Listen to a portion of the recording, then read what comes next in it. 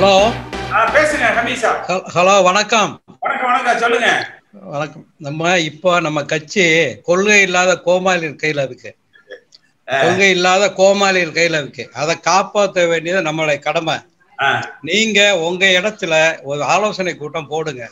நாங்க எல்லாம் வந்து கலந்துக்கிடுவோம். ஃபர்ஸ்ட் உங்க இடத்த வச்சு கூட்டம் போட்டு ஒவ்வொரு மாவட்டம் ஒவ்வொரு தொகுதியில இருந்து ஆட்கள் வந்து உங்ககிட்ட பேசணும். பேசி முடிச்ச பின்னாடி என்னென்ன நம்ம ஆலோசனை பண்ணிட்டு அதுக்கு பின்னாடி எப்படி செயல்படுத்தணும், ஒவ்வொரு தொகுதிக்கு போய் எப்படி செயல்படுத்தணும் நம்ம பண்ணுவோம்.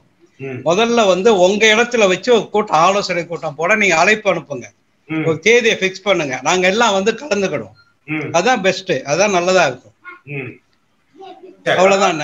அந்த மாவட்ட கூட்டங்களுக்கு முன்னோடியாக மாநில ஒருவேளை வந்து சென்னையிலயோ திருச்சியிலயோ கோவையிலயோ ஒரு எங்கேயோ போட்டு தமிழ்நாடு முழுக்க இருந்து வந்து கலந்துக்கிறவங்க கலந்துக்கிட்டோம்.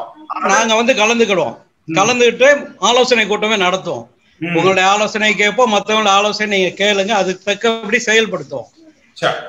தமிழ்நாட்டில் உள்ள எல்லா எம்ஜிஆர் ரசிகர்களும் ஒன்றிணைக்கணும். ஃபர்ஸ்ட் எல்லா சங்கங்கள் எல்லா எம்ஜிஆர் ரசிகர் மன்றங்கள் இருக்கு, எல்லாத்தையும் ஒன்றிணைத்து அதன் மூலம் ஒரு எழுச்சியை உண்டாக்கணும்.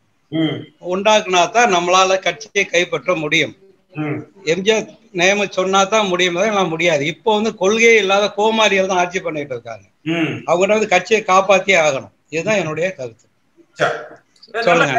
நம்ம இப்ப முதல் நிகழ்ச்சிங்கிறது வந்து சென்னையில வச்சு ஒரு நிகழ்ச்சியை வந்து நம்ம வந்து அமைப்போம். ஆமா, இன்னைக்கு எங்களை போல ஆளுக்கு இன்விடேஷன் கொடுங்க, அழைப்பு அனுப்புங்க, நாங்க வந்து கலந்துக்கிறோம்.